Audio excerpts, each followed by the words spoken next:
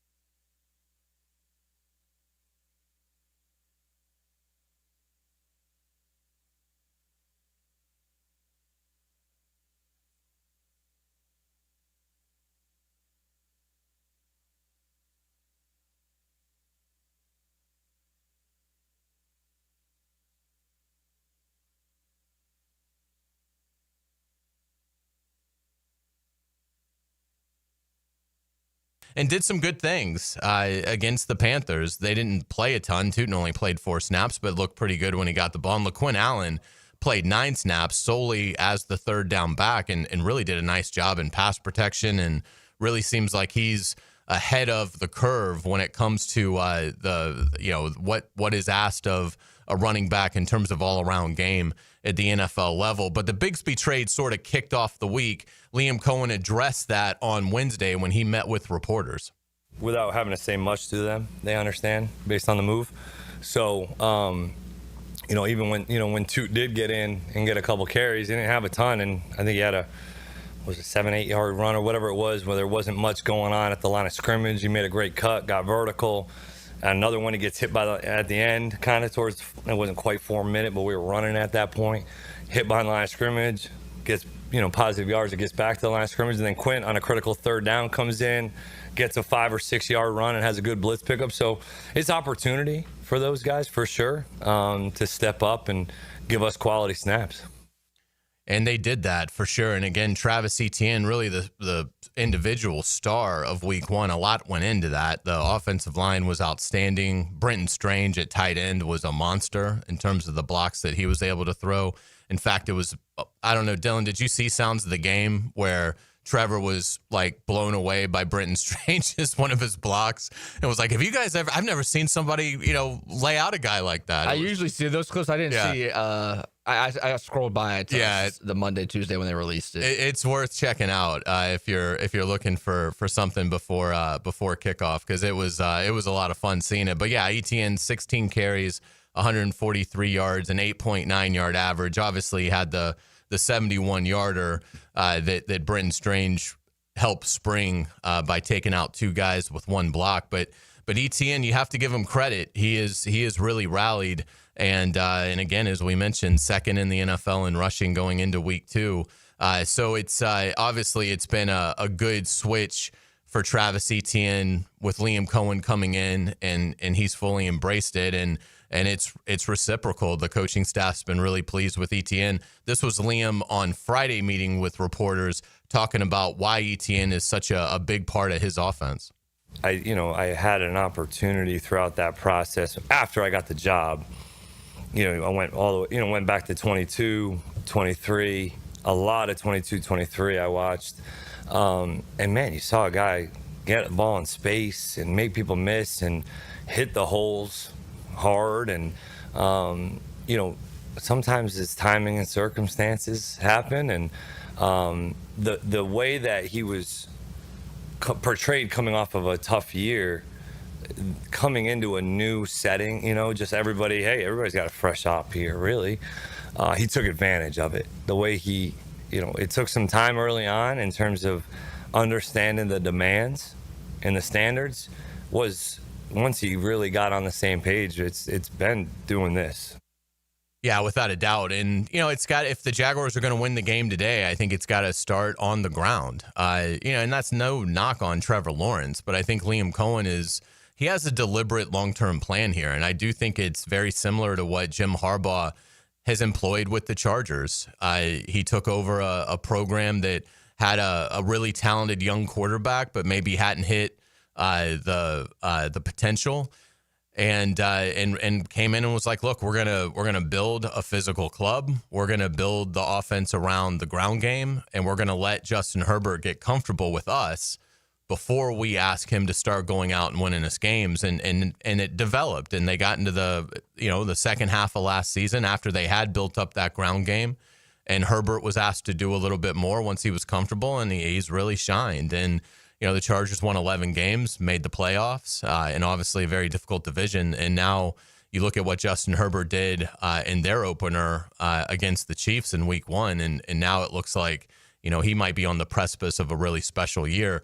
So I think that is the formula that Liam Cohen is using, which is smart. Trevor Lawrence has had a lot of things that he's had to overcome in his career. So to provide that stable environment, that ground game for him, is certainly very critical. Looking at the other side of the ball, obviously, the Jaguar defense has a tremendous challenge today. Joe Burrow, one of the elite quarterbacks in the NFL, and Jamar Chase is probably the best receiver in the NFL, certainly had the best season last year of anybody at that position. And you have T. Higgins, who's probably the best number 2 receiver in the NFL. So a tremendous challenge for that Jaguar defense, but it starts with Burrow. Liam Cohen talked about what makes stopping Joe Burrow such a difficult chore. His ability to create is elite. His accuracy, the pinpoint of it, his ability to put balls in tight spaces, give those guys opportunities. He knows them so well and what they do well and how they want the ball thrown to them. It's clear that they have chemistry, even when last week's output wasn't maybe as much as they've been used to. You can still see that there was some moments where you're like, whoa, that was pretty good. So it's a huge challenge for us. I got a ton of respect for Zach and what he's been able to do there over the years. And Joe's a special player. Yeah, and this is, I want to credit Ryan O'Halloran for something he said on Wednesday's edition of Duval Rundown. You look at what Cincinnati has coming up on their schedule, and it's a big challenge in terms of what awaits them beyond this game. And so in looking at it, I think there is some pressure on Cincinnati today to play well. Again, they did not play particularly strong against Cleveland on the offensive side of things. They had, I mean, honestly, minus yardage on multiple drives in the second half, really struggled to get anything going. And it's going to be interesting to see how Cincinnati responds, because their next 5 games after today, at Minnesota, at Denver, home against Detroit, at Green Bay, and home against Pittsburgh. So this is one that Cincinnati is going to feel like, that they absolutely have to have. And, it all starts with Joe Burrow. We are going to see Travis Hunter play more on defense. That was an early storyline of the week. Liam Cohen, said that he played 6 snaps defensively against Carolina, but a lot of that was matchups. The Panthers wanted to run the ball and really didn't have extraordinary group of receivers. Tet McMillan is a rookie, and Xavier Legette, frankly, has been kind of disappointing for Carolina. So this is a different challenge. And so, again, this is the gamesmanship that I think we're going to see week in and week out. It's, okay, what does the opponent do best? And that's going to determine Travis Hunter's usage. And so I certainly think you'll see him a lot on offense as well. But I think this is a day, and again, now that Travis has a game under his belt, you probably feel a little bit more comfortable with that. But Travis Hunter, it's going to be, that's going to be a battle today to see, how Anthony Campanile goes about utilizing Travis Hunter, the Jaguar first-year defensive coordinator, but also just, to see those reps against Chase and Higgins. It's really going to give us a good litmus test for where the rookie is so far in his development, 2 games into the year. So lots of great storylines in this game. Again, it's a 1-0 versus 1-0. There's only 4 of those on the week 2 slate. So this is a big game for both clubs. Whoever gets the win today, 2-0, and obviously that percentage-wise puts you in a great spot in terms of getting a berth in the playoffs. So a big one today for the Jaguars, and really excited to see how they can carry over the momentum that they were able to generate in a week 1 win over Carolina. When we come back on the Kickoff show, we're going to be joined by the voice of the Jaguars. Frank Frangie is kind enough to carve out some time for us before he calls today's game. We're going to get it to Tyson Campbell, Travis Hunter, the running backs, Trevor, BTJ, the offensive line, all that and more coming up with Frank Frangie. You're listening to the Kickoff show on 1010XL 92.5 FM. You down with JAG? Yeah, you know me. You down with JAG? Yeah, you know me. You down with JAG? Yeah, you know me. Who's down with JAG? The Bold City. 1010XL, proud flagship station of the Jacksonville Jaguars. The Money Pages brings you the Red Zone featured player of the week. Number 1, Jaguars running back Travis Etienne Jr. Travis played college ball for the Clemson Tigers and was drafted by the Jags in the first round in 2021. Pick up this week's Jags game program with a commemorative ticket of Travis Etienne inside. Download the Money Pages app for weekly specials. Money Pages, official sponsor of your Jacksonville Jaguars. Frank Frangie here for Coil Fencing. Jacksonville is full of memorable sports moments. Remember Morton Anderson missing a chip shot field goal that launched the Jags into the playoffs in '96? You know who doesn't miss? Coil Fencing. Coil has been the fencing leader in Northeast Florida since 1927. Heck, Coil has been installing fences since before Emery Bellard installed the wishbone offense. If you need a new fence, I recommend calling Coil Fence today at 904-356-4821 or visit coiljacks.com. Coil Fencing, proud partner of the Jacksonville Jaguars. This football season, Hurricane Grill and Wings is your game day getaway. Catch every play with the perfect drink in hand. Handcrafted cocktails like the Millionaire Margarita, Spicy Guavarita, Old Fashioned, or the Red Bullarita. Beer more your style to watch the games? Enjoy an ice cold Bud Light. Game day cocktails and Bud Light specials are here all season long at Hurricane Grill and Wings. Find a restaurant near you at hurricanewings.com. When storms start to crop up in the Atlantic or Gulf this time of year, having a solid plan to handle anything that sweeps through the First Coast is very important. That's where American Electrical comes in. Ensure your home's safety and comfort with an American Electrical home generator. As the area's leading home generator dealer and installer, American Electrical can offer you easy installation, simple maintenance, and peace of mind. Schedule an assessment by simply calling the team at American Electrical. They'll walk you through the best generator for your home or business. Log on, american-electrical.com. Hey guys, Taylor Doll here. Watch the Teal and Black with me this Sunday on the 396-inch TV at Frontrunners Tap House. Grab food, cold drinks, and join me for the 1 p.m. kickoff. See you Sunday at Frontrunners. I'm Chris Campione. Veterans have given so much in the service of our country, but when it comes to legal challenges, you shouldn't have to fight alone. At Campione Law, we're here to help veterans like you get the support and compensation you deserve. Whether it's a workplace injury, a personal injury claim, or navigating a veteran's disability claim, we'll stand by your side every step of the way. Your service to our country matters. Let us serve you with the dedication and respect you deserve. Call Campione Law for a free consultation today. Campione Law, fighting for veterans, fighting for justice. Visit CampioneLaw.com. Campione Law. Join Jim Furyk and other legends of the PGA Tour for the Constellation Furyk and Friends, presented by Circle K, October 3rd through 5th at Timuquana Country Club. Catch the new community concert series on the 17th hole after play, featuring country artists Low Cash and Love and Theft. Public parking is free with complimentary tournament access for military, courtesy of ViStar Credit Union. Get tickets now for the Constellation Furyk and Friends, presented by Circle K, starting at just $25 at Ticketmaster. Hey, it's Angela and Brian Wall. How many companies do you know in this day and age that actually want their potential customers to call their competition and get quotes from them? That's what WonderWorld wants you to do. WonderWorld knows there are other window companies out there, but we also know those other guys. When compared to WonderWorld, they can't offer you the quality at the price that WonderWorld can. And with WonderWorld, you get the absolute best guarantee there is in the window replacement business. If anything goes wrong with your new WonderWorld windows, 5 years from now, 10, 15, 50, WonderWorld and I will be there to fix it for you. You get peace of mind with WonderWorld, and to top it off, WonderWorld windows increase the value of your home. So look what you get with WonderWorld. Quality windows, low price, the best guarantee in the business, energy savings, and an increase in the value of your home. A win-win for you. Call WonderWorld today and get your free in-home estimate, or see them online at WonderWorldNEFlorida.com. WonderWorld, simply the best for less. Thank you for your business. Window World also offers energy-efficient doors. Did you know that for every inch of rain on a 2,000 square foot roof, 1,500 gallons come off the eaves of the roof? Call Clearwater Seamless Gutters and Drainage, and we'll design a plan using our Clearwater Seamless Gutters, and we'll connect those gutters to a Clearwater drainage system to solve your erosion and standing water issues. Clearwater Seamless Gutters. We can't sing a lick, but we sure are good at gutters.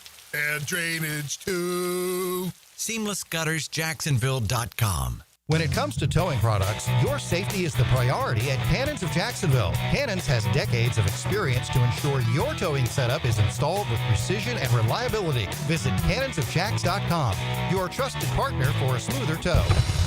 Beaches Jewelry and Pawn is celebrating 30 years with a huge new and used firearm sale all September. It's the perfect time to save during Florida's Second Amendment sales tax holiday. Zero sales tax on firearms at Beaches Jewelry and Pawn in Jacks Beach. 1010XL, presented by Farah and Farah, exclusive injury law firm of the Jacksonville Jaguars. When it's game time, Farah doesn't flinch.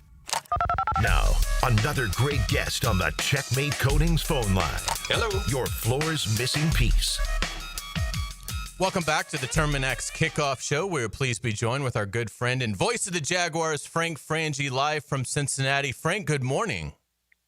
Good morning, Hayes. Good to be with you. And a gorgeous day. It's going to be hot here in Cincinnati today, but beautiful day. Sun's out, sun's shining, and can't wait to see the Jags try to get to 2-0. Yeah, what's the buzz about the heat? Is that something that the Jaguars feel like can be something that can work to their advantage, or has that not been much of a topic of debate at the team hotel? It really has. And I think by the time they play, it's going to be more 84, 85, not 91 or 92 like we heard at one point. It's just going to be a nice day. I said, listen, everybody practices in the heat in the summer. It's in the middle of July or the end of July when camp starts. It's pretty hot in Ohio too. You know what I mean? So yeah. I don't think it's like the old days where the northern teams wilt. Sometimes they do, sometimes they don't. What I do think though is it's going to be a fast track. It's going to be a beautiful day. There's not going to be much rain. It doesn't look like it's going to be a sunny day. So I don't think the weather's going to affect anybody. Look, the Bengals want to throw the football around a little bit, so they're probably happy about the fact that it's a clear day. Yeah, without a doubt. What are the vibes around the team? 1-0 and an opportunity to really make a big statement today in Cincinnati. You know what I think, Hayes, being around him, and I've been around him for a few days. I mean, like you, I'm in the building a lot, but it's different when you're on the road with a team, when you're really sort of in a vacuum a little bit. This is a team that loves, I think, where they are. I think it's a team that's confident with where they are. I think they trust their leadership. You know, it's interesting when they traded Tank Bigsby, I think there was a belief among some that, hey, you know what? That's a good thing. Tank probably wasn't as happy. You got a guy that wasn't as happy. When you got one guy that's not quite as happy, then it affects the other guys. And I don't think the team waited around much to make that move. I think that they've done what they said they're going to do. Liam Cohen said they're going to run the football. They're going to run it. So the point of the story is I get the sense, Hayes, that there's a lot of belief in the building. Now, look, it's easy to believe when you're undefeated, right? They're 1-0 right now. But I think there's a good feeling about this. And that's not as much about the matchup with the Cincinnati Bengals as it is about who they are. Now when you get to the matchup, yeah, I think they feel like they match up okay. I think they know what Cincinnati wants to do. Cincinnati's ticked off they didn't throw it better last week. They think they want to play fast and snap it quick and throw it down the field. And I think the Jags have a pretty good idea of what they're getting today. So, yeah, I think there's some confidence around this building, around this hotel. I do believe that. It's interesting because Tyson Campbell didn't really feel like much of a storyline this week in leading up to this game. And we're going to get to Travis Hunter as well. And maybe that's part of the reason. But Tyson Campbell is being paid like a star. And it has looked like a star at times. But this is the kind of game where Tyson Campbell becomes hugely important. Before you get to, the other guys in the secondary, what are your expectations today for Tyson Campbell and what an opportunity for him?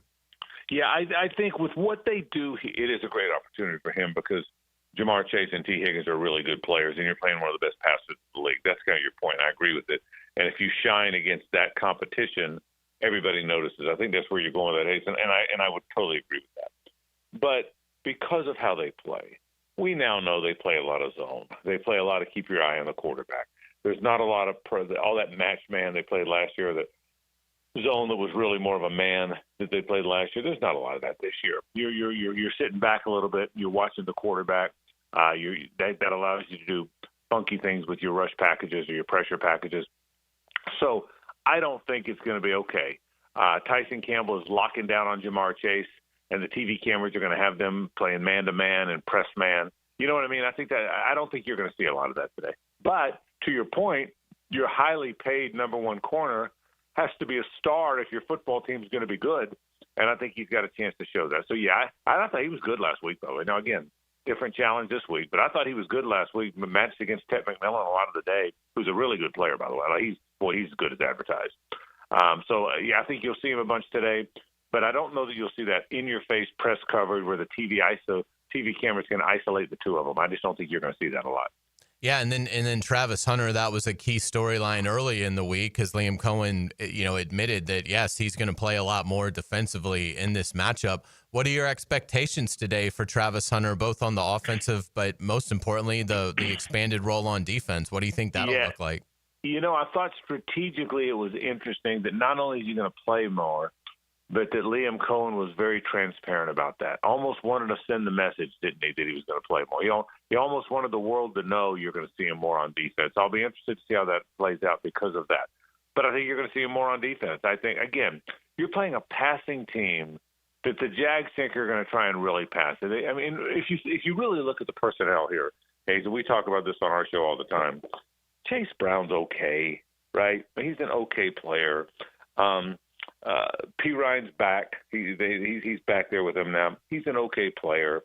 Taj Brooks is the rookie. The running backs are okay. The quarterback's great. The receivers are great. The tight end's really good. Gesicki is a guy. He's a pass-catching tight end, not much of a blocker. But, they got really good pass catchers and a really good quarterback. And so you have a pretty good idea what you think they're going to do, right? And I think that's kind of so maybe that's why you play Travis Hunter more because you got to defend more passes, and you got to defend passes against good receivers. So, yeah, I would imagine – I don't know if he starts the game. I still get the hunch that Jarian Jones will probably start the game. I don't know that. I'm guessing at that. But I got a hunch you're going to see 12 a lot on defense. As for the overall game plan with him, it was 42-6 last week, 46 on offense, 42 on defense. My guess would be today, and I'm guessing, right, I'm going to guess 45-25, 45-30. I think you're going to see him far more on defense today. Yeah, it's going to be really exciting. We have a few minutes left with Frank Frangie. Let's get it to the offensive side, Frank. Obviously, the ground game was exceptional against Carolina. They run for 200 yards. What will be some keys today to continuing that momentum, and do you think they'll be able to do it against Cincinnati? You know, what's interesting, Hayes, is when you see a new regime, we've seen a few of those in our days, right, with the Jags. Yeah. When you see a new regime and a new identity and a new plan, it takes, what do you think, 2 or 3 games to at least figure out who they're trying to be? You don't always know that's who they're going to be because it might not work right away. But I think 2 or 3 games in, you get a pretty good idea who a team and who an identity and who a regime are trying to be and what identity they're trying to establish, right? I get the sense that's who they are, and which is why I think you're going to see them run the ball a great deal. I think, again, a lot of people run it on 1st and 10. The teams that are committed to running the ball, they run it on 2nd and 9. You ever want to know if a team's a running team? What do they do on 2nd and 8 or 2nd and 9? If they always throw it on 2nd and 9, then they're not running. If they throw it half the time on 2nd and 9 and run half the time on 2nd and 9, well, then they're a running team. And I think that's who this team is going to be. So I think you're going to see the ball on the ground a lot. The question is Bashul Tutin. Travis Etienne is a really good player, okay? He's not going to have 16 for 143 every game because nobody does. So is Bashul Tutin the guy that how many carries does he get? Does he get 5 or 6 like he had Bigsby got last week? Or does he get 10, 12 because he gets going? And if he gets going, do you trust the rookie to keep going and to give him the ball and give him the ball in late moments? So I think to me, the thing I'm going to watch the closest offensively is how do they deploy the various running backs now that Bigsby's gone and now that we know they want to be a running team. That, to me, is maybe the most interesting personnel question today. Yeah, without a doubt. And you made this point on the Frangie Show earlier this week. I mean, what an opportunity for Trevor Lawrence in terms of changing how maybe you're perceived nationally going up against Joe Burrow. I mean, in terms of this, what do you expect to see out of Trevor today, and what would a win mean for him in terms of his national perception? And so as far as the storyline goes, Hayes, that'll be the national storyline. That'll be when we do our broadcast, our Jaguars network broadcast. We build a storyline, right? You'll hear it in the taped open that I have right as we come on the air at noon, or I'm sorry, at 10 till 1. You'll hear this. Well, the storyline is Trevor versus Joe Burrow, back-to-back first overall choices. Now, last week was back-to-back first overall choices too, but nobody really believes Bryce Young is really a first overall choice. He just happened to be one. You know what I mean? He just happened to be there. Trevor Lawrence can still be what a first overall choice can be, and Joe Burrow already has been that. So, yeah, I think if you're Trevor and the national perception has been good, not great, and the national perception has been, look, he's got a chance to be great, but we haven't seen it yet. Is he going to be – I don't think anyone thinks he's going to be a bust. But I do think some people think he's going to be ordinary, not spectacular. Well, you're playing against a guy that's spectacular. Go on the road, beat the guy that's spectacular, outplay him, walk away with the win. When they shake hands, when the two quarterbacks shake hands after the game and their helmets are off and they're all sweaty and one's smiling and one's sort of forcing a smile, be the guy that's smiling, not the guy that's forcing a smile, and be the guy that's 2-0, not the guy that's 1-1 with everybody watching. All that matters, man, in this court of public opinion. And not only perception nationally, then Trevor gains some confidence. Then the team gains some confidence. Then once a quarterback can play with that swagger and that level of confidence, and everybody around him responds because they know he's the guy and they know he's got that confidence and they know when he changes the play, it's changed to the right play. The same thing that Patrick Mahomes has now and Josh Allen has now, and looks like Justin Herbert's starting to get it. Joe Burrow has it. Well, you have a win against Joe Burrow, and all of that belief starts to happen. All of that storyline starts to develop more. So this is a very – that doesn't mean if you lose, it's not there.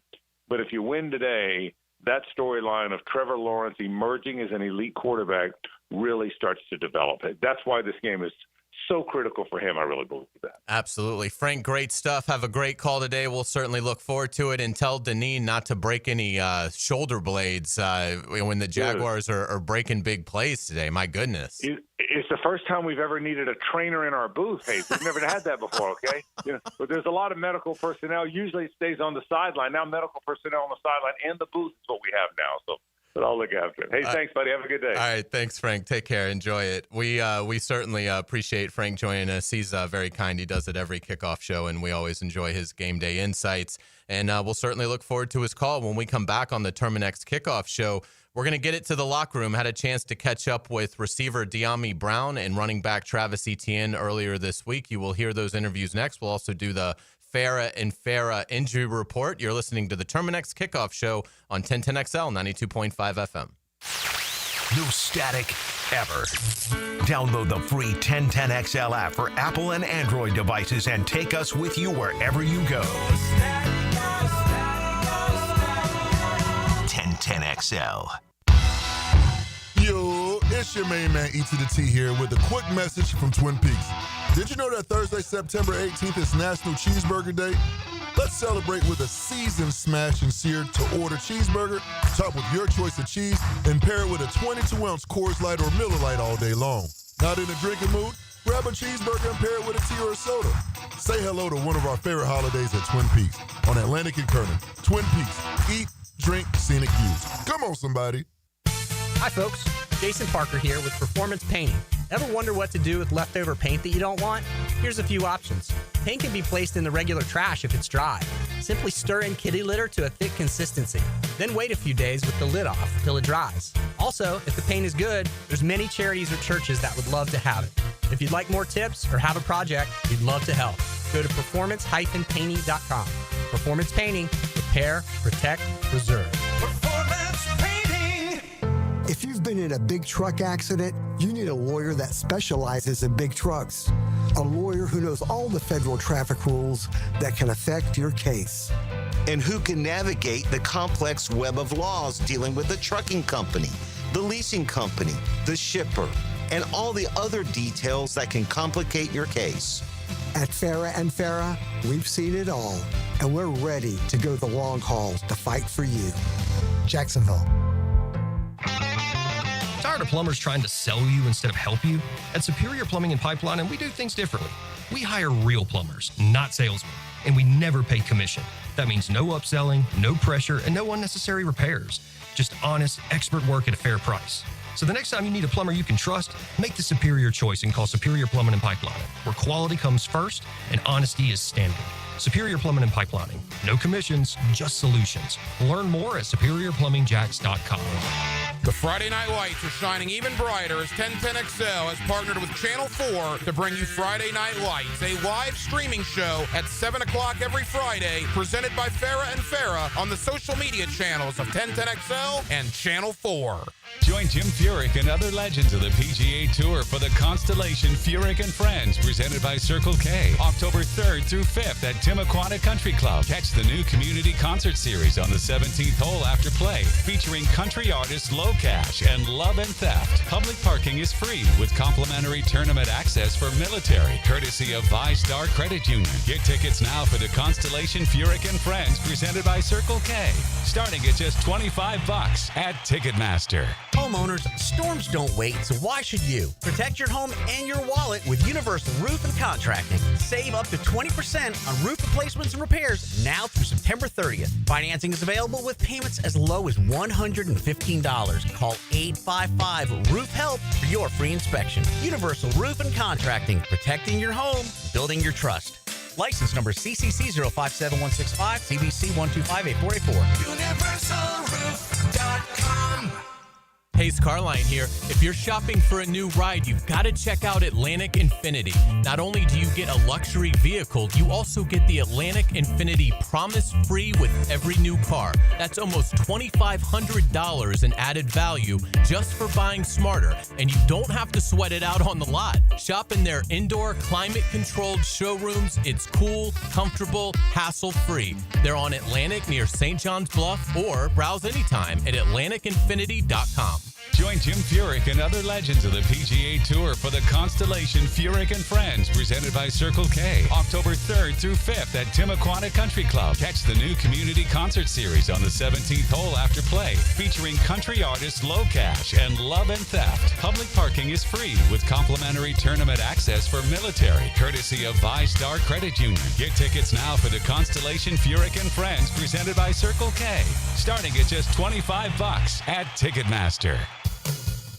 With Lee and Kate's Glass, you're gonna see a big difference. Hey folks, it's Frank Frangie for Lee and Kate's Glass. They say you're going to see a big difference, but what does that really mean? It means a live local person on the phone, a smooth, easy process, skilled craftsmen, and excellent customer service all around, with your satisfaction absolutely guaranteed. Visit LeeandKatesGlass.com. With Lee and Kate's Glass, you're gonna see a big difference.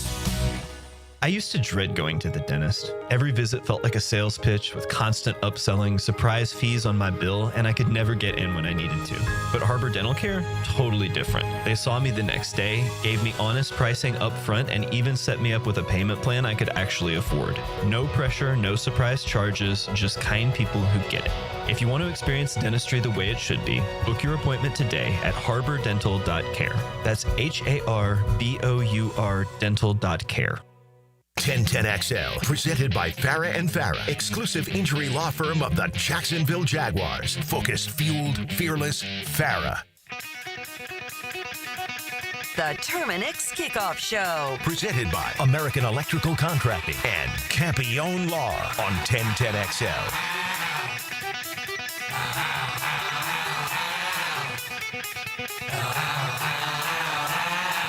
I love this song. I want to hear the thunder, baby. I mean, it's fantastic. Great selection there, Dylan. I guess I have to talk, unfortunately. Here we go. So good. It's been a exciting week for the Jaguars, coming off a win over the Carolina Panthers, and a lot of good stuff on film offensively. We're going to get to all of it. Dami Brown was an underrated key contributor in the win over Carolina. He had a couple big catches on third down. He had the fourth down run early in the game on the conversion that really probably should have gone for a bigger gain. He lost his footing. But the play that really stood out to me was Dami Brown blocking a Carolina defender down the field on the ETN 71-yarder. And it really allowed Travis to get the final 30 yards on the play. Really popped off of the film watching it with Dami, the effort that he gave in terms of how the coaches evaluated his performance. Liam Cohen talked about Dami Brown in his Wednesday press conference. Yeah, I thought he did some good things. You know, he only had 3 or 4, whatever it was, but a big critical catch before the half on the dagger, critical fourth down where he trips. He might have had a little bit more. He was pissed at himself. And then, he has the curl, which was a good throw and catch. So the one thing about Dami in the game that did really show up was his effort without the ball in his hands. Helping down the field, blocking, motions, just doing the right things. I was pleased with his outing as well. And, just like with all those wideouts, you want to get them more. Like the goal is you want everybody to touch the ball. You want everybody to get included. But also there's some games that become ones that you're just going to try to win.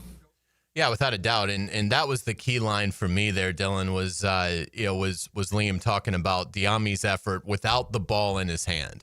That's not always a given, even at the NFL level. So, and again, I thought that, the numbers weren't fantastic. He was like 3 catches for 53 yards. Not that that's terrible. But the effort that he brought, I thought really helped the ground game out and helped them move the chains on a couple of the conversions they were able to get. I had a chance to catch up with Dami in Wednesday in the locker room, and here's that interview. We're pleased to be joined with Jaguars receiver Dami Brown here on 1010XL 92.5 FM. Man, it's great to see you. How you doing? I'm good, man. Can't complain at all. That was a great week 1 win. What were your thoughts, Dami, coming out of a victory over Carolina? I think it was a solid win for us. Something that we need to move forward, carry a little bit of momentum. I think we did pretty good, but, some things that we can still pick up on. We had some self-inflicted wounds, a couple of flags that moved us back, but somehow we got ourselves out the hole to get first downs. But, just a couple of things to clean up on moving forward. You had a big third down catch from Trevor. How did that play open up for you? Which one? Well, the 17-yard 3rd and 10 kind of late in the game, right? Oh, yeah. Kind of went zone. He kind of found the void and just, threw it in there for that third down conversion. He kind of trusted me. I went back and looked on film. He kind of threw it before I came up my break. So, that's good for him to trust me like that. And I think that's important for us to even move forward. And I think we can pick up more on that. And you got a big 4th and 1 conversion on the first drive. How did that play work out for you? And obviously I know you probably feel like you could have gotten more. Yeah, man. That one hurt me a little bit. I saw a touchdown in my eyes. It was pretty clean, but I guess just getting that couple yards kind of helped out a little bit. But it was a good play call. It's kind of people seeing it in the preseason, so I think we can still work on that a little bit more. Hopefully the next one be a touchdown. Absolutely. What was it like watching the ETN 71-yard run on film with your teammates, and obviously you springing him for that final 30? Oh man, it's amazing. Just so how much we care for each other, how much we play for each other as well. Because you never know. If I didn't do that, you might have got tackled way before then. But, even that run put a spark into the offense. We scored a couple players right up after that, and then it helped us moving forward. So I think things like that, to when we can play for each other and build off that, we'll be a way much better team. Liam talked to us earlier today about, the contributions that you made as a receiver and as a runner and things like that. But he said, the effort Dami showed when the ball wasn't in his hand really jumped out to us. Did you get that positive feedback from the staff? Yeah, I did. And that's something that we preach all the time. Like I say, we want to play for each other. I want all the backs and anybody else outside of me to, be great and do things that we need to do in order to help us win these games. I think that's real important. And, the effort and finish is something that we preach all the time. And that's what we want to do. And that's how we'll finish games and be able to win games at the end. Dami, what was your first game like with Trevor Lawrence? Would you kind of learn about that and everything? Oh, man, it was fun to even be out there. It was a little bit more vocal, just giving us the courage to go out there. All right, let's play fast. Let's get this one on a hurry. Let's try to pick up the tempo a little bit. Let's stay together. Let's not slip off or turn anything down but just because we're up. Let's just stay at the momentum that we're at to keep going. And things like that is real important. And we want to just keep building off of it. Yeah, when we look at Cincinnati, I know it's early in the week, but what stands out to you when you get that first impression of what the Bengals like to do defensively? It's kind of new, but they have a good front. They want to make plays, and even the DBs, they want to be competitive, and it's going to be a competitive game, a physical game at the end of the day, and we want to go out there and just compete against each other, and just come out on top. Is it cool? It's 1-0 versus 1-0. There's only 4 matchups like that in week 2, so you guys immediately are in a game of great consequence.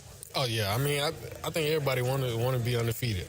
That's a part of football. And at the end of the day, what we want to do is try to keep it that way.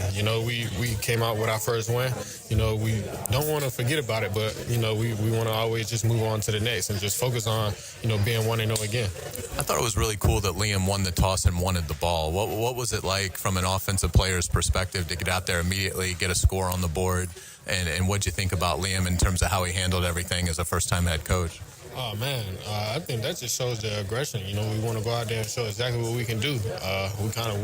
It shows that we don't want to wait. We want to go out there and prove that, this is who we are. And it's a great way, especially in a home opener. The fans want to see, and even with Liam being aggressive like that finds the trust that we have within us to go out there and even go out there first.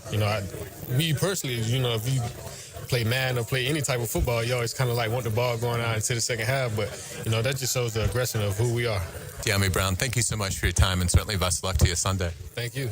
Yeah, I appreciate Dami Brown, and I think he's a big X factor, not just today, but moving along this season for the Jaguars. If he is able to get 2 or 3 third, fourth down conversions a game and provide the kind of blocking on the perimeter that he was able to do. I mean, that's going to be significant for this team as they build this thing. And I'm intrigued to see if Liam Cohen, if he wins the toss again today, if he takes the ball. I think he will, because I think it's even heightened when you're on the road. And Zach Taylor, the Cincinnati coach, has already been imploring his fans this is Cincinnati's home opener, to be in their seats at kickoff. And to the point where some of the reporters, sort of even pressed him on it, because it's not something that Zach has talked a lot about. But he made a point of saying, I don't want to see people like on the escalators trying to get to their seats at kickoff. We need to be in our seats, and we need to be loud. Didn't he say you have to be at the gate 15 minutes prior to the game? Yeah, I mean, he had a plan that he was laying out. And so the PR team. Yeah, it does make me wonder if Zach knows that, look, if Cincinnati wins the toss, most people defer. So if Cincinnati wins the toss, Zach's probably like, well, we're deferring, they'll have the ball. And there's also a good chance that if the Jags win the toss, Liam's going to take the ball. So it's really important for the crowd to be loud immediately and not sort of, shuffling to their seats the first 5 minutes, because, the Jaguars might be on the board by that point. So kind of an interesting dynamic. We'll see if Zach Taylor gets his wish and how loud the crowd is immediately at kickoff, but something to watch out for. But I love the fact that he took the ball and went down and scored, and Liam explained it, prior to the Carolina game, that in Tampa last year when he was the OC, they started to take the ball first, and their winning percentage was astronomical when they were able to go down and get the first score. So, again, everything is cyclical in this league. For a long time, it's been, hey, you want to defer, you want the opportunity to double dip, if at the end of the first half, and then if you get the ball to start the second half. But I like the confidence that Liam Cohen has shown in his offense to put them out there first. And, again, we'll see if that trend continues. But I have a hunch it will, because I would think you'd even be more inclined to do that when you are the road team. So that's going to be a lot of fun. We're going to stick to the offensive side. I want you to hear from Travis Etienne. I had the chance to catch up with Travis after Friday's practice, and hope you enjoy that interview. Here's Travis Etienne from Friday's locker room. We're pleased to be joined with Jaguars running back Travis Etienne here on 1010XL 92.5 FM. Man, it's great to see you. How's everything going? Everything's been going great. Just fatigued right now, tired, but everything's all great, all well. Good week of practice for you? It was a great week, Just a lot to do in little details, I got better each and every day. What's it like going into week 2 as the NFL's second leading rusher? It's great, but just understand that's one game, don't mean anything. Just got to come out here and try to replicate that and just be the best I can for my team so we can win. How much has this offensive line grown, and what was it like running behind them week 1 against Carolina? It was a fun time. It was a great time. A lot of hoes. I feel like we was all one. I feel like we was all on the same page, and it was great to see, and it was great to feel. And I feel like we're going to continue to grow and get to understand each other as the season goes on. How fun is it to see what Brenton can do in the ground game blocking guys? It's great. I mean, especially when you got a tight end like that who's willing to give up his body. It's just a testament to the coaching staff, testament to the team, testament to him, and everybody just being unselfish and being the best teammate for each other. Travis, what stands out about Cincinnati in terms of their run defense? 91. I feel he's a great player. You got to keep our eyes on him at all times. And that's just a big stout front, so we just got to see what 91 is at all times and just try to not let him break the game. What's it like working with Liam Cohen and his scheme and finally getting to a game and seeing how it translates in the regular season? It was great, but it's the first game. We got to continue to replicate that. Anybody can do it for one game. We got to continue to just go out there, trust coach, continue to put in the call the right place, put in the great place. We got to go out there and execute. You've known Trevor for a long time, obviously going back to college. Do you see a difference in him this year, comfort level wise, with what Liam's scheme demands out of that position? Trevor's locked in. I feel like it's a testament, a result to him of just being a father. I feel like done a lot something than you that nothing else can, and he's just been locked in, brought in. He's ready to go show the world who he is. Tell us about these rookies that you're working with. Let's start with Bashal. What's it been like seeing his progress, and what does he bring as a complement player to you? Bashal, he's a sponge. He's always learning. He's always soaking up information. And the sky's the limit for him. He runs with a great lower base. He's very fast. And 3-6, I mean, he just has that grit, he has that fireness to him, and he's a sponge as well. So I feel like both these guys are just always just soaking up information, learning, and they play fast, they play on the move, and they're hungry. So that's really great to see. Yeah, how impressive is LeQuint's football IQ to be able to pick up everything that's required of playing, third down back in this league as a rookie? I mean, it's great. It's a testament to our coaches. Just them having this ready, them having this locked in, knowing everything, and just him having the willingness to go out there and want to do it. I feel like it's a want-to, and he has that. Travis Etienne, thanks so much for your time. Best of luck to you. For sure. Thank you. Yeah, appreciate Travis's time on Friday there. And, coming off, obviously, a huge game in Week 1. Cincinnati pretty good against the run in their win over the Browns. They're second in the league entering today's contest in terms of run yardage allowed per play. So they did a good job against Cleveland. We'll see if that can continue. They weren't very good on third down. They're 30th in the NFL in third down conversions going into today. So something to be mindful of if the Jaguars can keep that struggle going for Cincinnati. And you'd like to think they can. They've got, I think, better weapons than what Cleveland has. So that could be something to keep an eye on today. It's also a pretty healthy Jaguars team as we go into Week 2. Dylan, let's fire up the Farah and Farah injury report. The personal injury attorneys of Farah and Farah present this injury update. Farah and Farah, Jacksonville, exclusive injury law firm of the Jacksonville Jaguars. The Jags got a little bit of a scare midweek when outstanding linebacker Foye Oluokun, the reigning AFC Defensive Player of the Week, missed practice with an illness, but he's fine. He does not carry an injury designation, so Foye will be out there today for the Jaguars. And right tackle Anton Harrison left the Carolina game with back spasms, but has been fine and does not carry an injury designation. He will be out there to man that right tackle spot. So in terms of guys that the Jaguars won't have today, it looks very much like last week. Rookie offensive lineman Wyatt Milam will be out with a knee injury, but he's getting close. He was at least able to practice in limited fashion this week towards the end. So that's good news for Wyatt. He must be getting closer to a return to action. And cornerback Monteric Buster Brown is doubtful today with the ankle, but again, was able to practice somewhat. So inactive today, you would imagine, but then, hopefully should be back in their plan. And he's somebody that got off to a really good start in training camp, seemed to really understand what was being asked with the new scheme with Anthony Campanile and what he's trying to get out of that position. So definitely somebody to keep an eye on and so forth. And pretty clean injury report for Cincinnati. They had to put their right guard on IR earlier in the week, but the guys that are on the active roster, they don't have anything glaring there. So both teams pretty healthy going into this game. And, certainly, hopefully that'll continue on both sides. Dylan, we've got some really intriguing AFC South games that I want to touch on briefly before we go into our next hour, where we'll have keys to the game. We'll go behind enemy lines with ESPN Bengals writer Ben Baby. And Rick Ballou will join us as well from Cincinnati in our final segment. So we'll get, Rick's thoughts up to the minute on what's going on in Cincinnati, and we'll catch up with Jaguar safety Eric Murray and Jaguars defensive end Trayvon Walker. So still lots to come on the Terminix Kickoff show. But Dylan, as we look at these AFC South games beyond the Jaguars game, boy, it starts with a big one Monday night. It's a Monday night doubleheader. So you've got Tampa Bay at Houston. It's 7 o'clock on Monday Night Football before Chargers Raiders. But that's to me a coin flip game. I like Tampa Bay, but this is a big one for Houston coming off a loss to the LA Rams in Week 1. I mean, they're trying to avoid an 0-2 start. What do you think happens there? I think it'll be a close game as well. I think I lean Houston. Usually good teams don't really start 0-2. We know kind of that history, how that goes.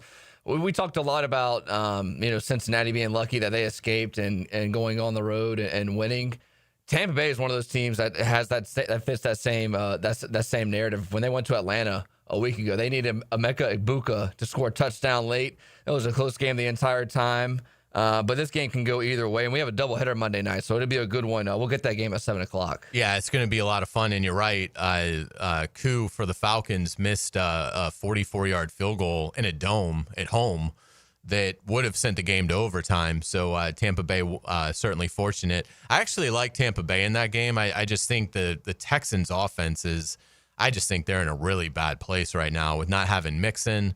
Obviously, we know about not having receiver Tank Dell, and they've had some injuries up front. They've lost their center and an offensive line that was sort of much maligned anyway.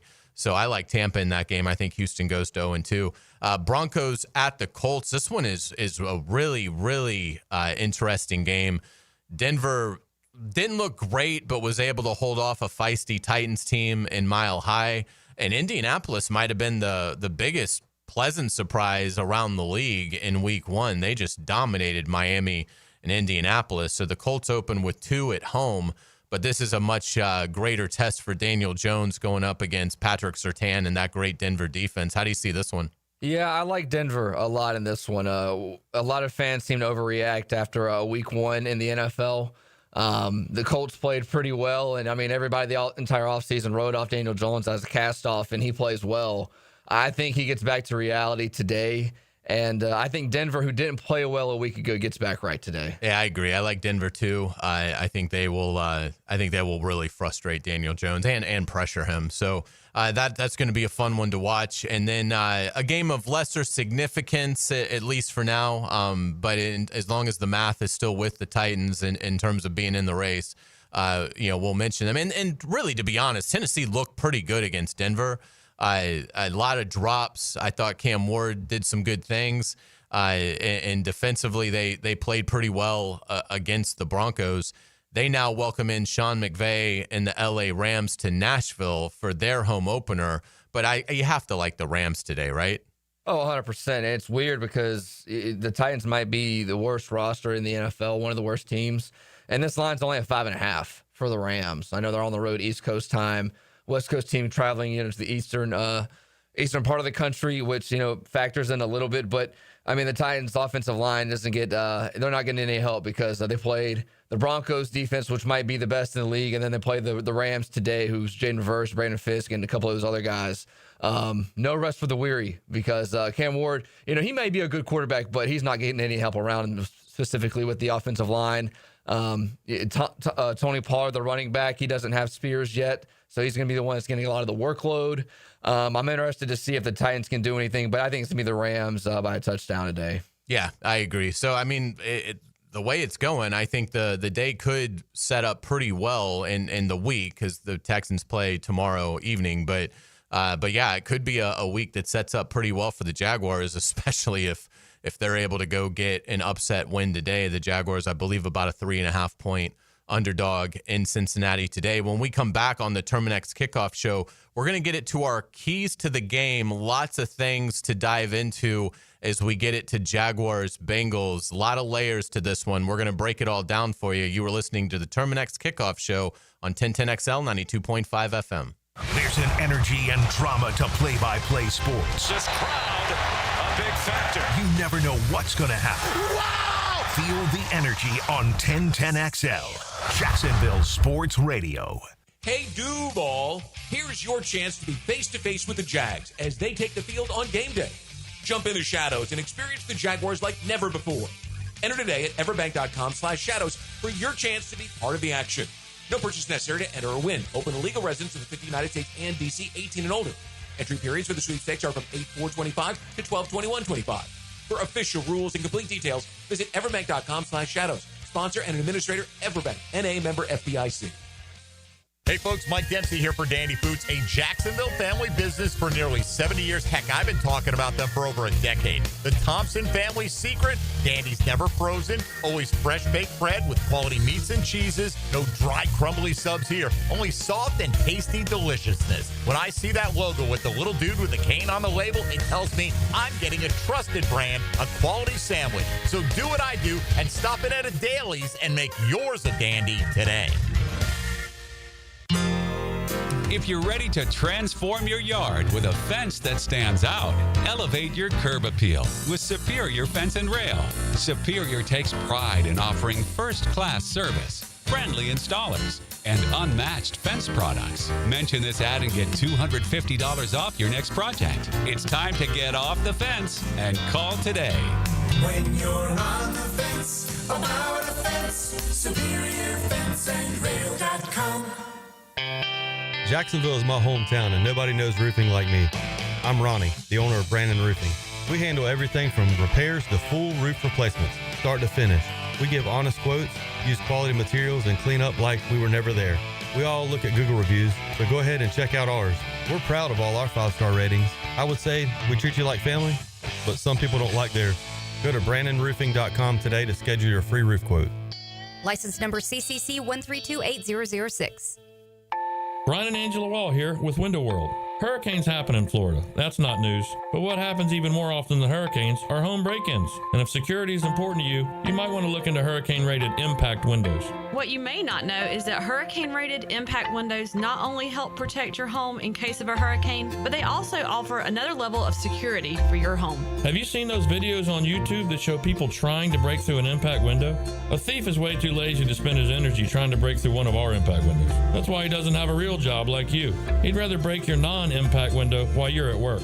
Window World has high-quality, very affordable hurricane-rated impact windows to help protect your home from hurricanes and from lazy thieves. Call us today at 904-443-7001. Get a free estimate and see for yourself. You save energy, get more security, and the windows add value to your home. With all Window World windows, you get the best guarantee in the window replacement business. Window World, simply the best for less. And thank you for your business. You already know it's your main man E to the T here for Twin Peaks, home of the 29-degree draft. And with ball season here, make sure you're on the lookout for my instant reaction before, during, or after the game. All brought to you by Twin Peaks, home of the 29-degree drafts. Come on, somebody. The Money Pages brings you the Red Zone featured player of the week. Number 1, Jaguars running back Travis Etienne Jr. Travis played college ball for the Clemson Tigers and was drafted by the Jags in the first round in 2021. Pick up this week's Jags game program with a commemorative ticket of Travis Etienne inside. Download the Money Pages app for weekly specials. Money Pages, official sponsor of your Jacksonville Jaguars. Sewer backups stink, literally. Tree roots, old pipes, or major clogs can be the cause. Superior Plumbing and Pipelining inspects and clears sewer lines fast. If your sewer's backed up, make the Superior choice and learn more at SuperiorPlumbingJacks.com.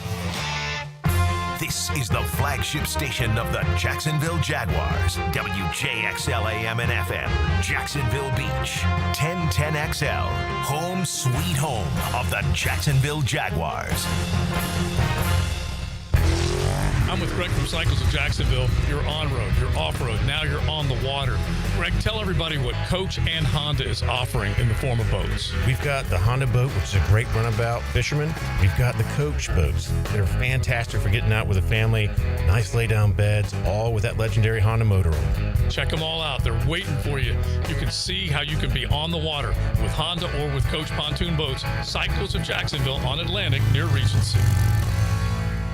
Interested in a unique date night?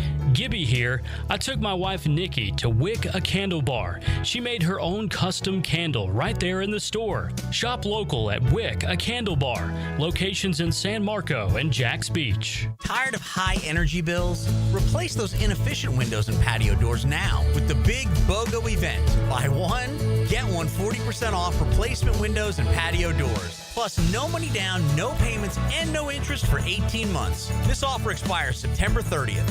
Renewal by Anderson, proud partner of the Jacksonville Jaguars. Visit bestwindowsflorida.com to schedule your free consultation. License number CGC 1527613. 1010XL, presented by Farah and Farah, exclusive injury law firm of the Jacksonville Jaguars. Still, present, ready. Farah doesn't flinch. Now, the keys to the game. Brought to you by Instant Keys, fast, professional, honest locksmith service. Welcome back to the Terminix Kickoff Show. Yeah, we've got a lot of keys to this game to get into. Jaguars 1-0 versus Bengals 1-0 up in Cincinnati today. I think it starts with maintaining that physicality. Liam Cohen talked at length about this. We saw it on Sounds of the Game that the Jaguars digital team produced and released this week on social media. Liam talking about the I guess weather delay, even though there really wasn't any weather, but the lightning delay that delayed the game against Carolina in the second quarter. The Jaguars come out and I mean, they just maul Carolina coming out of that delay. They outscore them 10-0 prior to half to take a 20-3 lead into the break, and really were able to maintain that.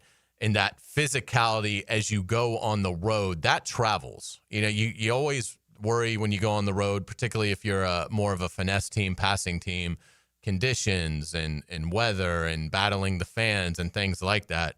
If you're just physical, nothing translates better on the road in terms of having success than being a team that can do that. That physicality, I think, is a big key today. This was Liam Cohen talking about that on Wednesday. You're going on the road, playing a team that plays in a physical division, that has played in a lot of physical football games over the course of their last 4 years or so. And that has to be our style of play, needs to show up this week. And then also, hey, facing adversity again, right? Like this, Sunday, that was, okay, lightning delay. It wasn't really adversity, it wasn't. So it was a glitch. So it was great that we handled it the right way and all that, but okay, Jamar Chase gets one. But it's probably, it's likely they're going to catch one. It is what it is. Just move on. Who cares? Play the next play. And that mentality of, okay, they get one, shoot, here we go. We're going to go get one. And just going and continuing to compete regardless of what just occurred. That's not, what we want to focus on. We want to focus on that process. I have such high hopes for him, and it stems from comments like that, because he's absolutely right. And I'm excited to see what they can do. We heard Travis Etienne talk about Trey Hendrickson in the interview in the last segment, 91. That's who he was referring to. And Cincinnati does play in arguably the most rugged division in the NFL. This is a franchise that plays the Ravens twice a year, the Steelers twice a year, and the Browns twice a year. So they're used to physical styles of play. This will be a big test for the Jaguars. I think the Jaguars can be physical with them. I'm really impressed with what I saw out of the offensive line, the tight ends blocking, and the running backs taking advantage of what was there. And we talked about the receivers blocking on the perimeter. So this is a big test for the Jaguars, but I think they can establish the ground game. And again, Cincinnati did a nice job against Cleveland. They're second in the NFL in yards per carry allowed entering today's game. But so I think it starts there, and it's on both sides of the ball. Obviously, but I think in particular that Jaguar ground game, to be able to keep Burrow off the field and frustrate, take the crowd out of the game, I think it's a massive key today. I also think this game is about maturity. I think that's a big key today. You heard Liam kind of even reference that in the clip that we played about physicality. Jamar Chase is probably going to do something spectacular in this game at some point. He's the best receiver in the NFL. Joe Burrow is probably going to make an incredible throw in this game. He's an elite quarterback in this level. T. Higgins is certainly capable of that. And adversity was something last year that the Jaguars just did not deal with well at all. We remember even going back to game one where Tyreek Hill catches the long pass after Etienne loses the fumble at the goal line. And it just sort of took all the air out of the Jaguars, and they never recovered. They lost that game. They started 0-4, and the season was lost. So it never really got tested last week against Carolina. Bryce Young just never really got in a rhythm. Even when the Panthers scored on the Hubbard swing pass, it just never felt like Carolina was really in a position to make a run at the Jaguars. Now, again, the Jaguars deserve credit for that. But I do think this game is going to test this young team's and this kind of fledgling staff's ability to get them to lock in. You're 1-0. You've heard great things all week, but this is really a chance to throw, an early haymaker in the division. I mean, if the Texans lose to Tampa Bay tomorrow night, and I absolutely think they could, they're 0-2. If the Jaguars are able to go get a win today, you've got a 2-game lead over Houston, who's won this division the last 2 years, and Houston is coming to Jacksonville next week on a short week, and you've got a chance to build a 3-game lead with 14 to play, a huge chance for the Jaguars to really get a big jump on Houston, who certainly appears to be their biggest threat, keeping them from an AFC South title. But so I think the maturity is big today. How do the Jaguars play? Do they play with hunger and energy and intensity? I think they will, but they've got to show us. Let's flip it to the defensive side of the ball for the Jaguars, because when you're playing a quarterback like Joe Burrow, you really have to wrestle with this question. How comfortable are we blitzing him? Do we feel like we can fool him? I think they can get there. The Cincinnati offensive line is not a strength at all. But if you send extra guys, if you blitz Burrow, he is so good at picking it apart. He's one of the more cerebral quarterbacks in this league. He's incredibly talented, but a lot of that is he is such a wizard at being able to diagnose what the defense wants to do and make them pay for that. So I think whether to blitz Burrow or not is a big key to this game. This was Liam Cohen earlier in the week on that.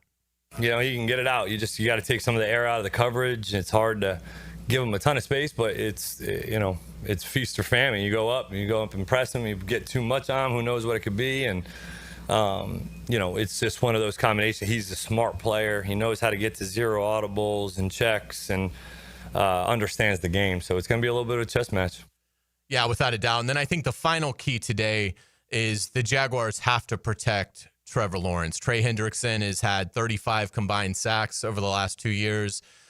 Just remarkable productivity. He had a contract dispute that kept him out of a lot of training camp, but certainly looks like he's been able to get back. They got a deal done that satisfied both parties. So Hendrickson now happy and has been back, I think, enough to where you're really not dealing with any rust there. So that's going to be a massive challenge for the Jaguars offensive line.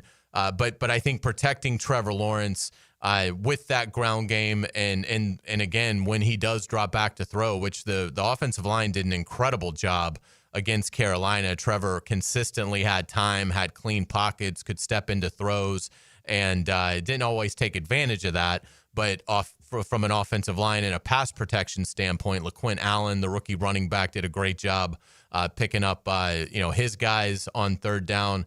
That's going to be really interesting today to see if the Jaguars can continue to do that on the road, battling a crowd against a good Cincinnati front.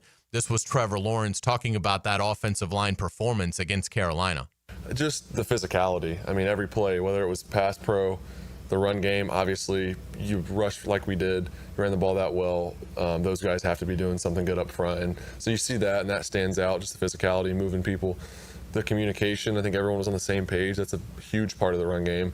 And then in pass protection, Jack there, but also if I need to escape, I have lanes to do that. So they did a great job. I mean, anytime you have no sacks in the NFL, that's hard to do. There's a lot of good defenses, a lot of good defensive players, guys that's their goal is to sack the quarterback, and these guys did a great job up front. So it's awesome when you can not get hit, especially hadn't been hit in a while and still didn't get hit that much on Sunday. So those guys protected me, and they're a great group. Yeah, and hopefully that will continue today for Trevor and this offense. So it's going to be a lot of fun. When we come back on the Terminix Kickoff show, we're going to flip it to the other side. We're going to hear from the Cincinnati side of things. ESPN Bengals writer Ben Baby, kind enough to give us some time. We'll look forward to getting his thoughts on Cincinnati's approach as the Jaguars come to town today. You're listening to the Terminix Kickoff show on 1010XL 92.5 FM. What are the many ways to experience 1010XL? Why don't we just take it from the top? Twitter, Facebook, Instagram, TikTok, YouTube, at 1010XL. Home is where your story begins. And at Donovan Air Electric and Plumbing, we're here to make it the healthiest, most comfortable place it could be.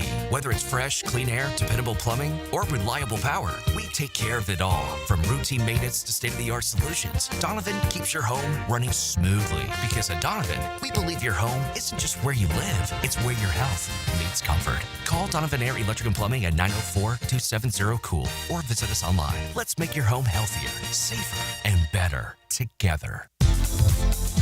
The Money Pages brings you the Red Zone featured player of the week.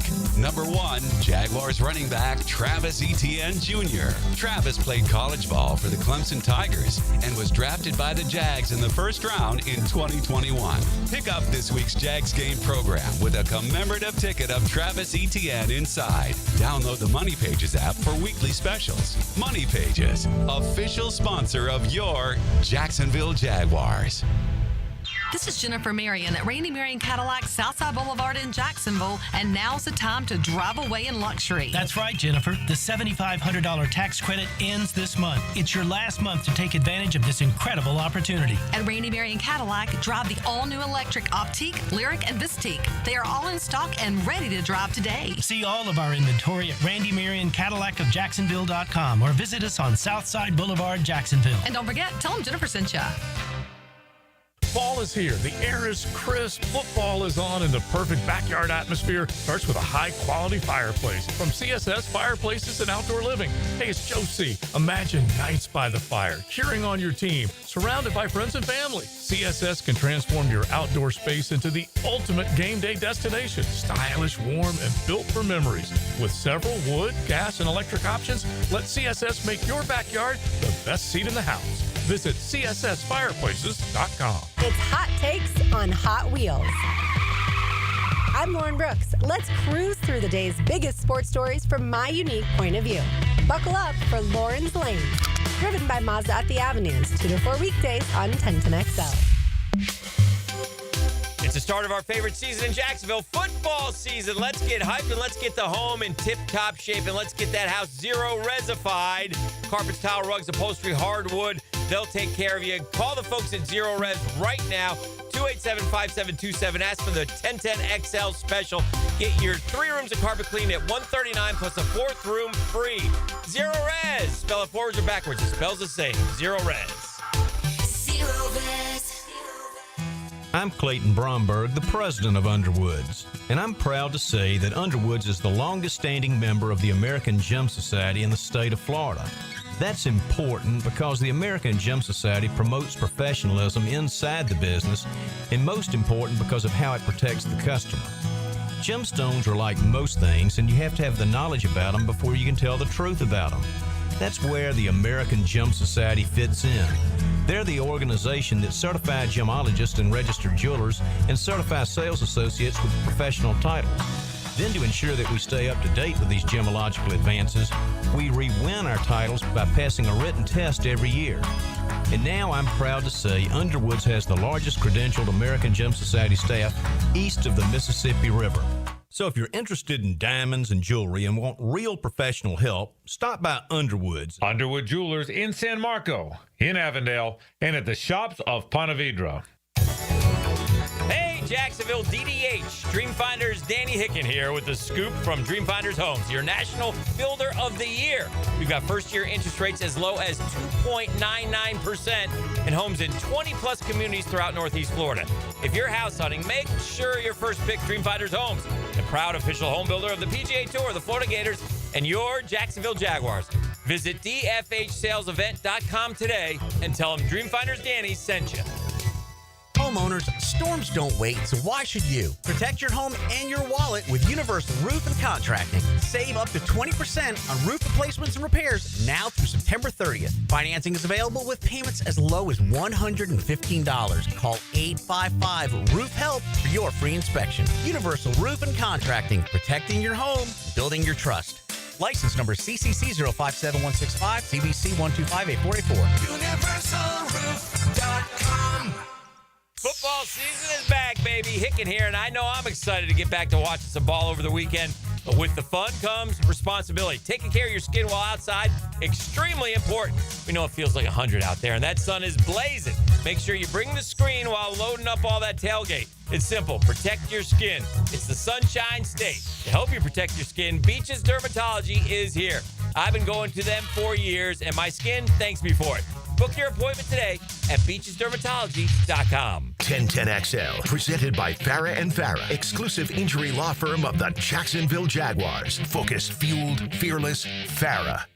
Now let's go behind enemy lines. Behind enemy lines. Brought to you by Pella Windows and Doors on 1010XL. Welcome back to the Terminix Kickoff Show. We are pleased to be joined with ESPN Bengals writer Ben Baby, kind enough to give us some time on a game day morning. Ben, thank you so much for your time. We really appreciate it. Yeah, of course. As we look to this game for Cincinnati, you get a week 1 win at Cleveland. What were the vibes and sort of the fallout coming out of that victory against the Browns? Yeah, it was a team that really wasn't thrilled. You look at what they did offensively, the amount of yardage that they racked up, the fewest in Zach Taylor's 7 years. It's a team that knows that, excuse me, but the expectations are much higher. And so for them to go out and to be more productive against Jacksonville, I think that's going to be critical today. We heard a lot of guys say that over the course of the week, so we'll see if they can figure that out offensively. ESPN Bengals writer Ben Baby joining us. You can find him on social at Ben_Baby, B-A-B-Y. Ben, in terms of Joe Burrow, obviously we know what an elite player he is. He played in the preseason, which was almost kind of disturbing watching it from afar because he was sort of getting tossed around in the preseason game that I was able to see, and then obviously sacked a few times against Cleveland. But we know what an unbelievable talent he is. In terms of these slow starts, is that still a thing Cincinnati is harping on going into this game today? Yeah, I don't know if it's very much the slow starts. I think last week, everyone conceded that Cleveland is just a tough match for them. You look at what Myles Garrett brings to the table, how they play them defensively. You know, I like to say styles make fights, like in boxing, and I think that's definitely the case with Cleveland and Cincinnati for whatever reason. And so we'll see. I think this will be more of a true barometer of what this offense and team are going to look like.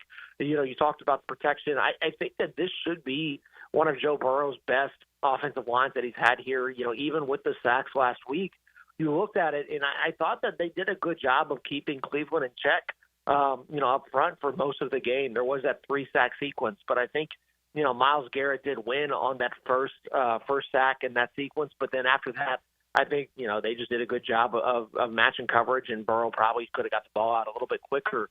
So we'll see. I think throughout the week, you've heard a lot of people say a lot of great things about this Jacksonville front. They've got the Bengals have a lot of respect for what Jacksonville does up there. It's a very strong unit, and so I think they know they're going to have their hands full, even if they're not playing Myles Garrett this week.